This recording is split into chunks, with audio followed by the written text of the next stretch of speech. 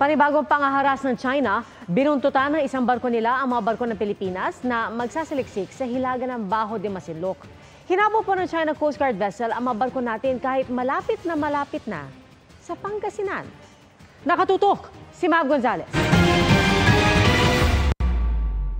Ang pulang marka sa mapang ito ay lugar sa hilaga ng Bajo de Masinloc o Scarborough Shoal, kung saan magsasagawa ng hydrographic research ang BRP Hydrographer Ventura, survey vessel ng National Mapping and Resource Information Authority o NAMRIA. Naka-escort sa barko ang BRP Gabriela Silang ng Philippine Coast Guard. Ginagawa ang hydrographic survey para masukat ang ilalim ng dagat.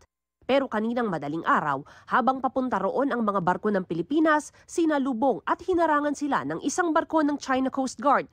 Ang distansya ng mga barko batay sa mapa, 35 nautical miles lang mula sa baybayin ng Pangasinan. Pasok ito sa ating exclusive economic zone. 8 oras na nakahinto ang mga barko. China is clearly sending a message that, and it may be that in the wake of the other things that have been happening, including this trilateral summit, that China is being especially aggressive and making the point that it believes in its 9-dash line claim. Nang maglayag muli patungo sa research area ang mga barko ng NAMRIA at PCG, bandang alas 10 ng umaga kanina, sinundan pa rin sila ng barko ng China.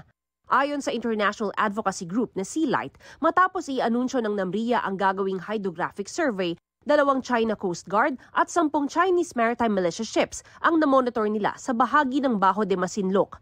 Had wondered if it was part of a normal rotation, but it's an unusually heavy rotation. Nang magsagawa rin ng survey ang Vietnam sa mga teritoryong pinag-aagawan nila ng China, ilang beses nang haras ang China at sinubukang gupitin ang kable ng kanilang equipment.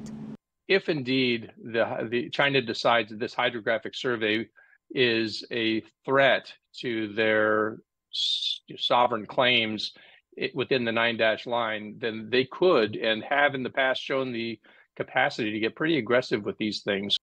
Sinusubukan pa ng GMA Integrated News na makuna ng reaksyon ang PCG at NAMRIA. Para sa GMA Integrated News, Mav Gonzalez, nakatutok, 24 oras. Mga kapuso, patuloy na tumutok sa mga balita, mag-subscribe sa GMA Integrated News sa YouTube. Sa mga kapuso abroad, samahan niyo kami sa GMA Pinoy TV at www.gmanews.tv.